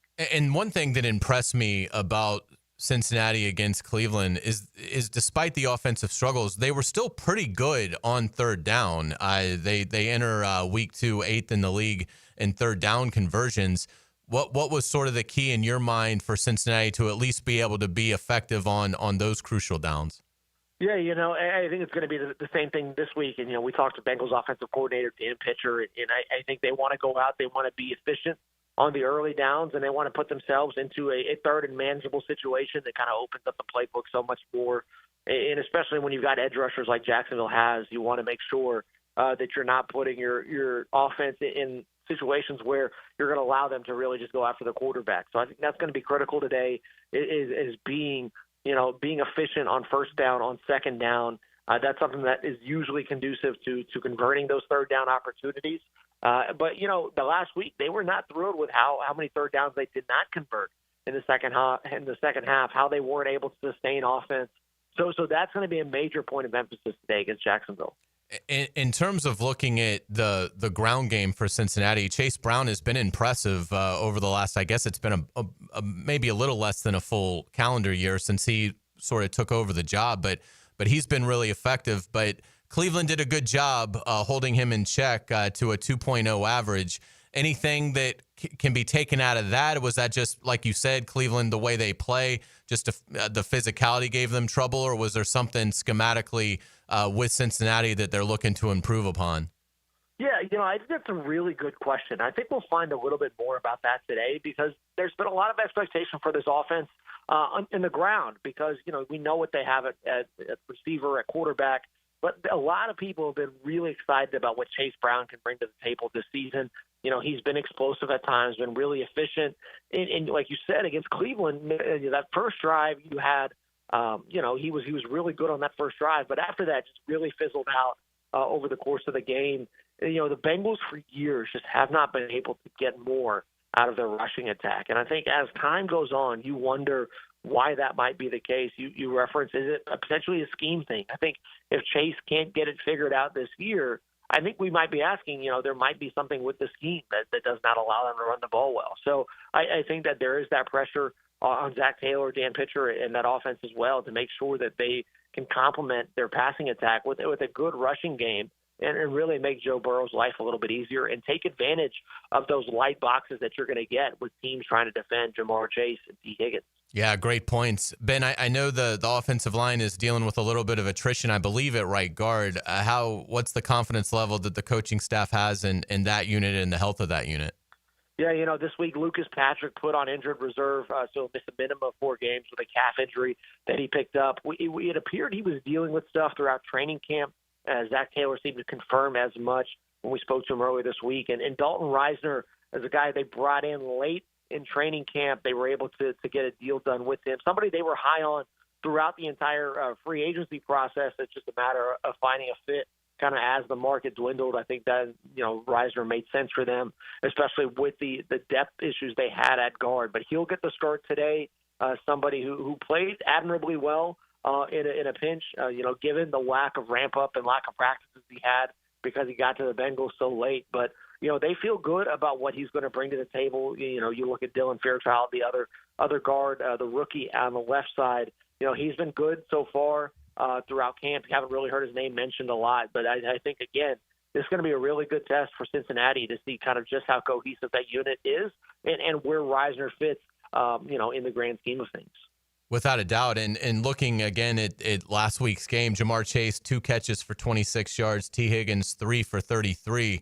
You have to think those numbers are going to be, wildly improved upon today. But what are some keys in your mind for these great players, Chase and Higgins, and obviously with a fantastic quarterback throwing them the ball? What are some keys today to get that passing game humming on Cincinnati's side?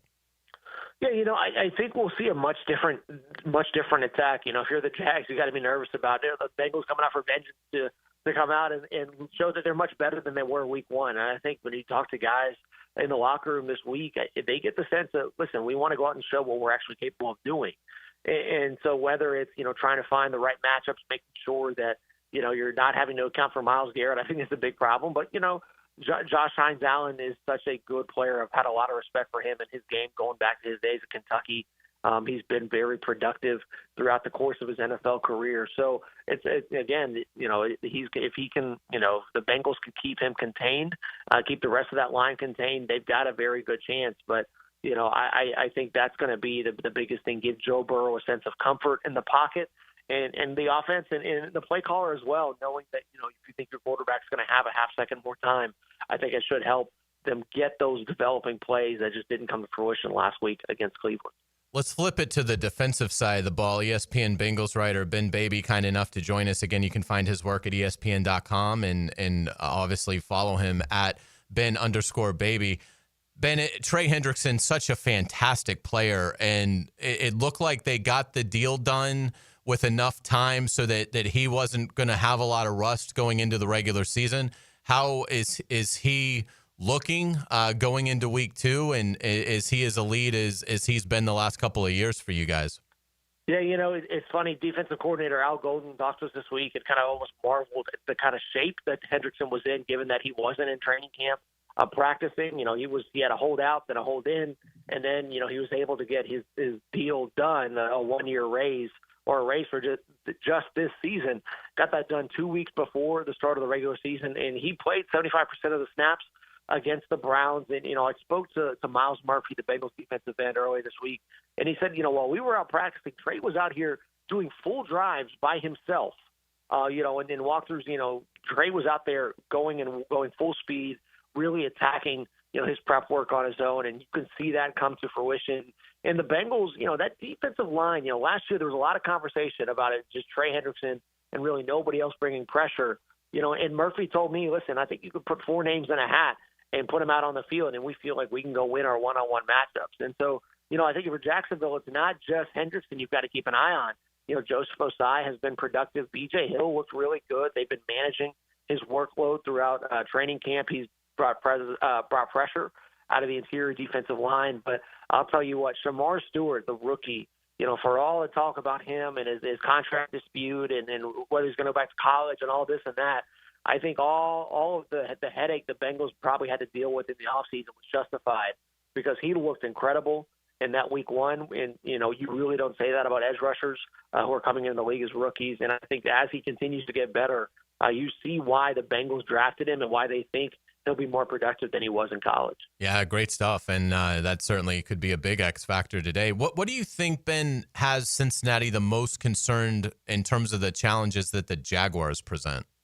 Yeah, I think it's going to be their team speed is going to be huge. You look at what they have offensively. That Trevor Lawrence is capable of making every throw. I think he still remains one of the most talented quarterbacks in the NFL. And Zach Taylor knows Liam Cohen very well. Those two guys go way back to their days in Los Angeles. And Zach knows that Liam can get a lot out of Trevor. It's funny, we talk about Trevor as well. Travis Etienne is a guy you have to keep an eye on. And you saw the explosive play that he had last week in the win against Carolina. And it's not just, that big play capability that he has. Zach, I asked Zach this week about Travis, and he said, his contact balance is really good.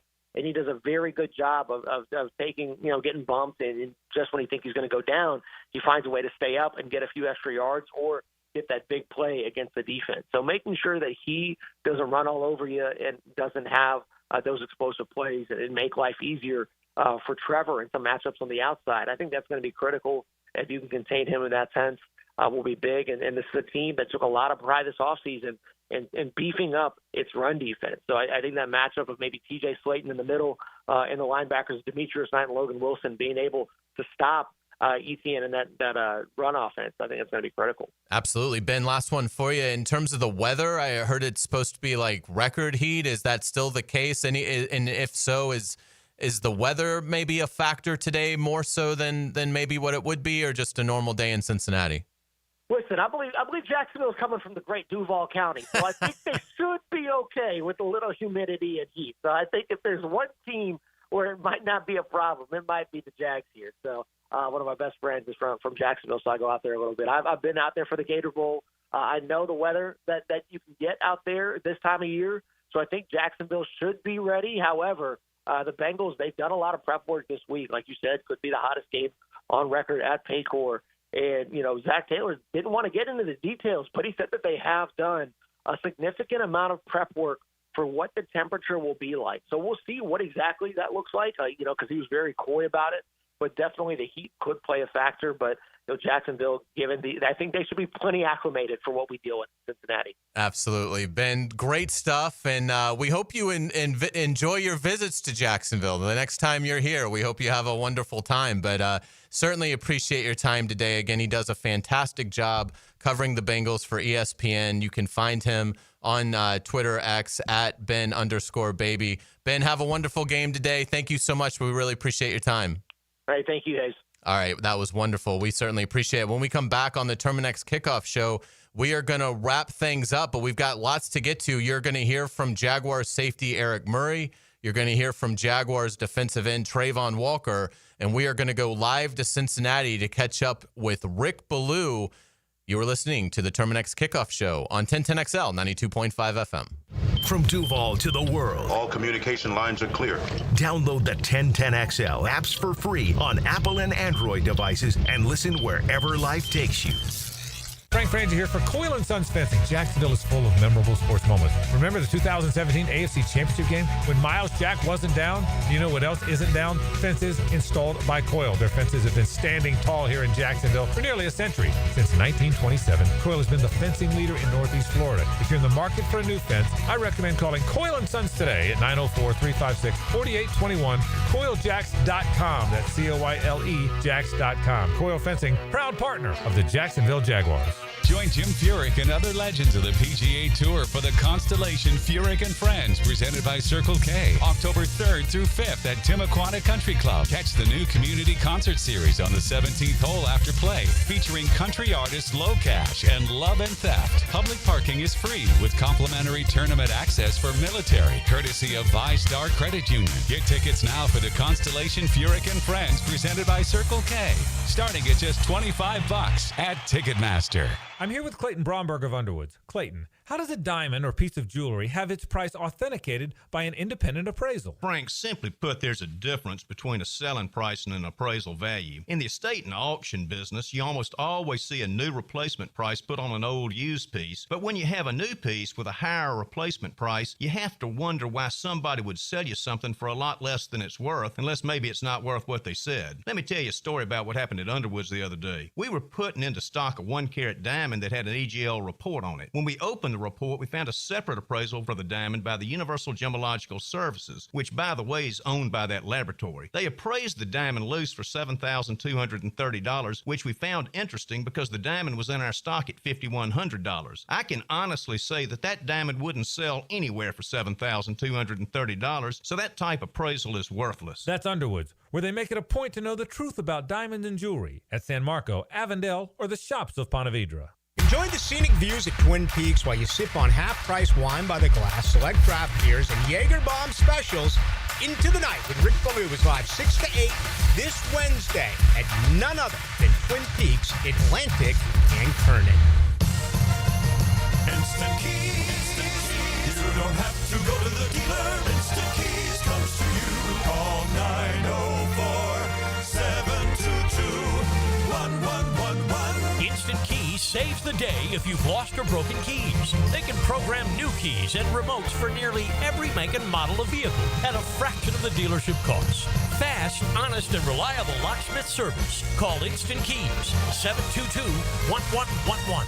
Tired of high energy bills? Replace those inefficient windows and patio doors now with the big BOGO event. Buy one, get one 40% off replacement windows and patio doors. Plus, no money down, no payments, and no interest for 18 months. This offer expires September 30th. Renewal by Anderson, proud partner of the Florida Gators. Visit bestwindowsflorida.com to schedule your free consultation. License number CGC 1527613. Okay, for this Cannons of Jacksonville commercial, we need an idea to really come out with a bang. Like having a guy shot out of a cannon. Nah, too messy. In fact, Cannons is known for all your towing needs. So like my car won't start. No. Towing products. Cannons does custom welding fabrication and installation of trailer hitches, goosenecks, tow bars, truck racks. So you might say Cannons is my best shot at finding that inventory in stock? Boom. You said it. Visit cannonsofjacks.com. Mike Dempsey for Apex Roofing and Contracting of Jacksonville Beach. If your roof's got any damage, if it leaks, if it's just old and ugly, call my friends at Apex Roofing. But Mike, roofs are so expensive. It's true. Quality roofing is not cheap, but Apex Roofing has up to 100% financing available, so you don't have to compromise quality for budget. Apex Roofing. No shortcuts, no stress, just quality work with financing available. Reach for the peak with Apex Roofing and Contracting in Jacksonville Beach. ApexRoofingFL.com. Okay, listen up, team. They're out to test our reputation as the best plumber in Jacks, so we gotta play like the experts we are. When customers call with leaky faucets, broken water heaters, toilet repairs, broken pipes, or any other challenge, we'll give them the solution fast. Now, who are we? I can't hear you. Now that's what a winner sounds like. Customers always win with Roland Reach Plumbing at plumberinjacks.com. Here's what the car insurance companies may think they know after a car crash. They know you probably don't know what your claim is worth, or how to calculate pain and suffering, lost wages and future earnings, current and future medical expenses, or diminished value to your car. But guess what? We do. And if we don't win your case, you owe us nothing. For a fairer fight, you know who to call. Farah and Farah. Jacksonville. 1010XL, presented by Farah and Farah, exclusive injury law firm of the Jacksonville Jaguars. Still, present, ready. Farah doesn't flinch. The Terminix Kickoff Show. Presented by Campione Law and American Electrical Contracting on 1010XL. Welcome back to the Terminix Kickoff Show. I'm Hayes Carline. Please be joined with Dylan Denmark. I want to talk about Eric Murray, the safety, first-year free agent ad from Houston. I thought he played sensational against Carolina. 7 tackles, a quarterback hit, 2 pass deflections, one of which became a Foye Oluokun interception early in the game. Really kind of set the tone for a defense that ended up forcing 3 takeaways. This was Liam Cohen talking Friday about Eric Murray's professionalism. Yeah, Eric's a guy that, really, when he speaks, it means something, right? He knows how to talk to everybody, like all walks of life he can communicate with. He's not necessarily an overly chatty person. So when he does have comments and have points to make, I think most people are really paying attention. He's been very diligent about his preparation and ownership of the back end in terms of the communication. And then, man, he played physical and opportunistic as well. So was really pleased. Yeah, a couple of things he got to clean up, but I've been very pleased with Eric. Yeah, I really enjoyed. I hadn't had a chance to interview Eric in OTAs or in training camp, and so this week was the first time I'd gotten a chance to interview him. Was really impressed, and hope you enjoy the interview. This is me with Eric Murray from Wednesday. All right, we're pleased to be joined with Jaguars safety Eric Murray here on 1010XL 92.5 FM. Man, it's great to see you. Great to meet you. How are you doing? Nice to meet you as well. I'm doing well. You enjoying Jacksonville so far? It's been nice. Good weather. That was quite a week 1 win, Eric. You had some great plays, but let's talk about defensively as a whole. How'd you feel like it went for you guys against the Panthers? I thought it was a solid effort. Everybody was flying around, having good energy and putting our blueprint that we want to be for the rest of the season. So. You did something very difficult. You had some great hits, but they were clean hits. How fine a line is that now at the safety position for you guys? I mean, it's tough. It's always a bang play. So being able to line somebody up and not get penalized for it, and still exhibit the physicality of football. I mean, that's just what people love about football. So I'm glad I was able to show some of that. Yeah, and Foye made a nice play off of your. What was that like seeing him scoop that ball? No, it was great. Just like I said, the defense flew around. Everybody was playing as one, and we're going to need that going forward. Yeah, it seems like Jordan Lewis has really, like you, brought a lot as a first-year Jaguar. What stands out to you about Jordan as a teammate? Just his personality, his style of leadership. He's very all-encompassing. He likes to have everybody included. And I think that's just created kind of an open door between everybody in the room. So, yeah. How was the communication with Anthony Campanile? First time as a D coordinator, but it looked like you guys kept the Panthers on their toes the whole time. Same. Like, he's just a very open guy, very transparent guy. Says what he means. So when you have communicators like that, it's easy, to be good and actually go out there and execute your job. What was it like watching the film with your guys as a defense and seeing the good things? What kind of, was there anything that surprised you in a positive way? I wouldn't say it was surprise. I just think it's good to just get out there and, get the first game out the way and actually play football. All the preseason stuff and all that chatter beforehand, it just goes out the window. Let's just play. Yeah, absolutely. In a big game Sunday, 1-0 versus 1-0. There's only 4 games like that on the slate this week. What kind of challenges will Cincinnati present? They got a good quarterback, got good skill, and they have experience from what they've done in the past. So it's always a challenge, and we're up for it. Do you have a history playing against? Have you faced Burrow before? And if so, what's that been like? What makes him a special quarterback? The years we faced him, I was injured, so I never really got to face him. So this will really be my first time ever playing against Joe. But he's a smart, cerebral guy. He understands where he's going with the football, and anytime you can have a quarterback that understands where he goes, he can neutralize your rush.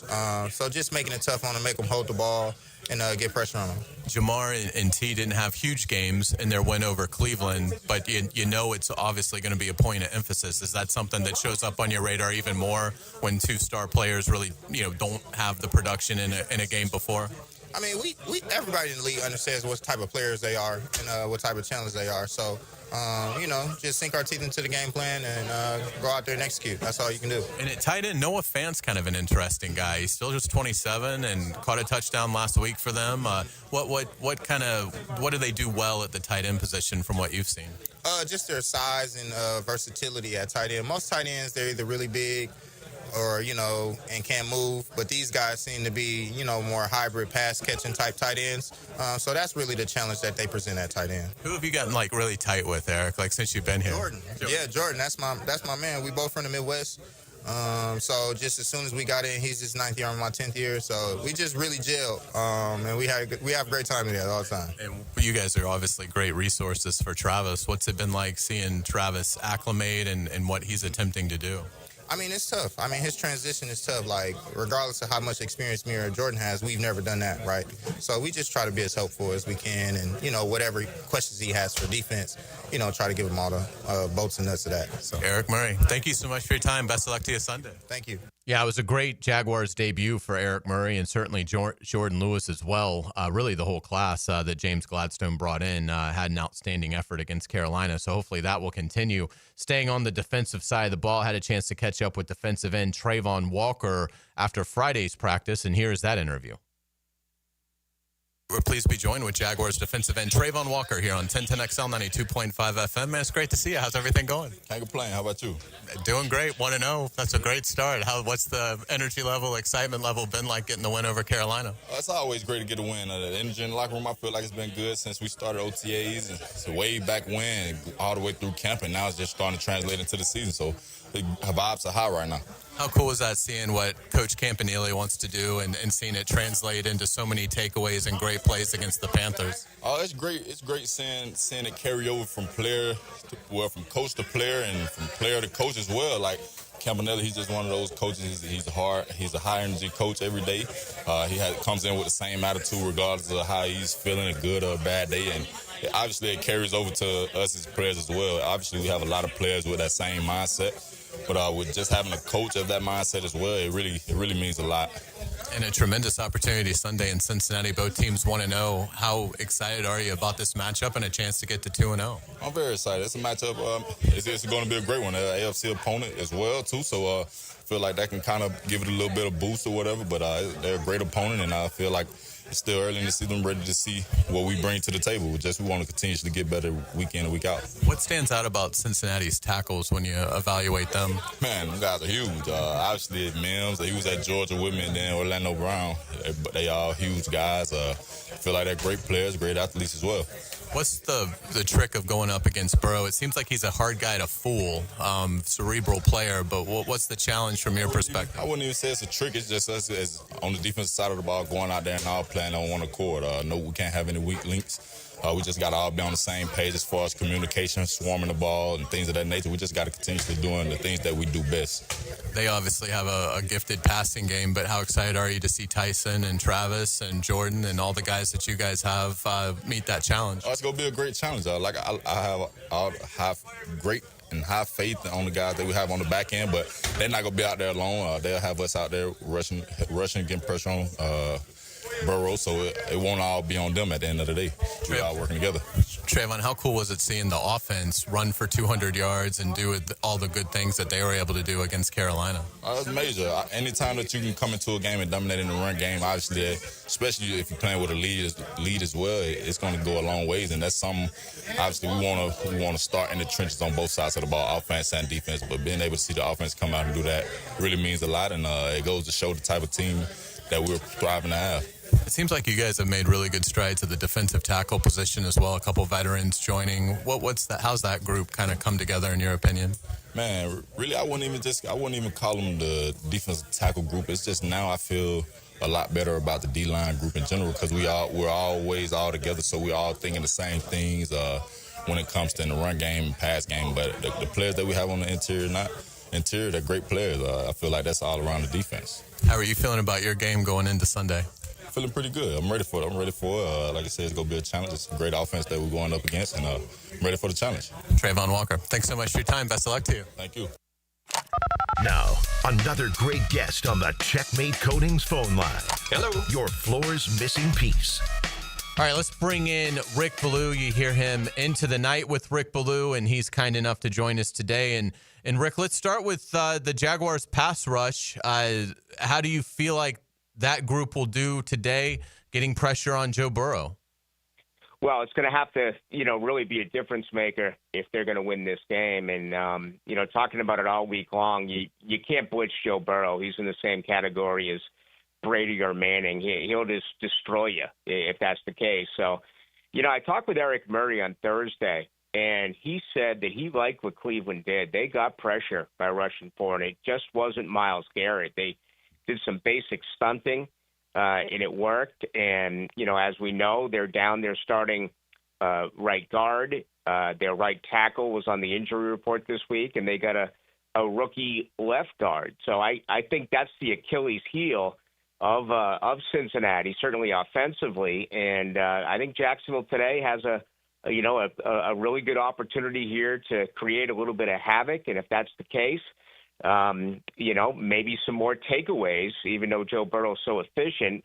Obviously, last week you saw 3 takeaways and 2 others as well on down. So to me, that's 5 times they forced the ball to come to them, and that's something they did not do a year ago. Absolutely, Rick. We talked about this Friday on Duval Rundown, and I know you've talked about it a lot on Into the Night. How important is it for the Jaguars to get Trevor Lawrence and Brian Thomas Jr. in sync today? Yeah, that's a mystery to me. And, I know every night that I would come back and I'd say another drop today by Brian Thomas Jr. And I was always like, well, okay, it's all right. He's a much better game day player than he is a practice player. And it just hasn't worked. And, he had a drop on a screen. He had another one by the sideline that I thought he should have made. But then Trevor missed him 3 times where he was open. So they're just not on the same page. And, do you push the panic button already on that and say, what's going on? No, but it is concerning. And, I hope today that they attack that early, that they try to set the tone there. And, the effort, certainly no one questions that, but it's just amazing that has not advanced the way it has, even with guys who've been here for just a couple of months, like Dami Brown and Travis Hunter. They seem to be more on the same page with Brian Thomas Jr. But Hayes, I mean, if you have one reception, you're Brian Thomas Jr., you have one reception here today in Cincinnati, they're not going to win that game. Yeah, I would completely agree. And we know they want to prioritize the ground game with Etienne, Tootin, and LaQuinn Allen. How do you feel like the physicality that the Jaguars displayed against Carolina, how much of that do you think will translate today in Cincinnati? Yeah, it's another big, a really big part of this football game. I think it's kind of a week-to-week situation. You got to feel good about what happened, last week. Even, you take away that 71-yarder by Etienne, he still averaged more than 4.5 yards a carry. So that is, a real positive there. And, I think we're going to see Deshell Tootin get some opportunities here today. And, if you run the football, it changes the entire complexion of really everything. You can go back to the Trevor Thomas situation we just talked about. You run the ball, that's going to make things that much easier for Trevor Lawrence when it comes to spinning it. So, yeah, I think this is going to be a big challenge for them today because, Hayes, it's been this way all week, and I even heard it again last night. They're walking around here, these Bengal fans, kind of moping. I mean, they're acting as if they lost a week ago, and that's a big challenge for them too in the ditch, both offensively and defensively. When it comes to pass protection for Cincinnati, and when it comes to defending the run for Cincinnati, so that's going to be a big challenge today for really both sides of the football. And you know what? You can really make the point: whoever wins that battle could end up winning this football game. Absolutely, Rick. We'll get you out with this. No, you got a game to cover up there in Cincinnati, but. How do you think this game plays out and who wins? I think it's going to be a one-possession football game. I think it's going to go back and forth. And I think the difference is going to be, Joe Burrow is really going to be able to expose center field here. I think over the linebackers and around the safeties, he's going to have a tremendous amount of success with those great wide receivers and also Noah Fant, who had a big game a week ago. I still, look at the coverage there, and I think that is problematic for Jacksonville. So I think it ends up being a really good football game, but I think the Bengals are going to win today here, 27-24. All right. That sounds good. Well, Rick, thank you so much for your time. We really appreciate it, and we'll look forward to your coverage from up there in Cincinnati. Be safe getting home. All right. Thanks, Hayes. All right. We appreciate Rick Ballou. And tonight with Rick Ballou, and he's kind enough to join me every Friday on Duval Rundown. Dylan, we've only got about another minute before we're going to throw it to the Publix Tailgate Show with Brian Sexton, Mike Dempsey, J.P. Shadrick, and Austin Lane. How do you see this game going today, Dylan Denmark? I see this game, Cincinnati's offense being a little too much. I'm interested to see what Jacksonville's secondary is going to look like Rick was talking about. I think Cincinnati's going to be a little too much. I like them by a field goal, high-scoring game. Might be the highest-scoring game of the entire NFL slate. I see something similar to Rick. I think 30-27, 27-24 Cincinnati today. All right, and I will give you my thoughts on it. I think we're headed towards a very entertaining game. I do think the physicality the Jaguars showed in the ground game will show up in Cincinnati, and I think Cincinnati is going to struggle to protect Burrow. I think it's going to be a theme throughout their season. Burrow and Chase and Higgins, they'll certainly hit some plays today, but I think at the end of the day, it's the Jaguars that go to Cincinnati and get a 27-24 win. They come home 2-0, getting ready to welcome in the Houston Texans next week here in Jacksonville. Jaguars win. I think Travis Hunter scores his first NFL touchdown today, and I think the Jaguars run for 215 yards and force 2 turnovers. Jaguars win. That's going to do it for us. We appreciate Frank Frangie joining us, Rick Ballou joining us, ESPN Bengals writer Ben Baby. Dylan, great job with everything. My name is Hayes Carline. Thank you so much for listening to the Terminix Kickoff Show. Stay tuned. The Publix Tailgate Show with Brian Sexton, Mike Dempsey, J.P. Shadrick, and Austin Lane is up right now. Thanks for listening. 1010XL, 92.5 FM. Go Jags. The Money Pages brings you the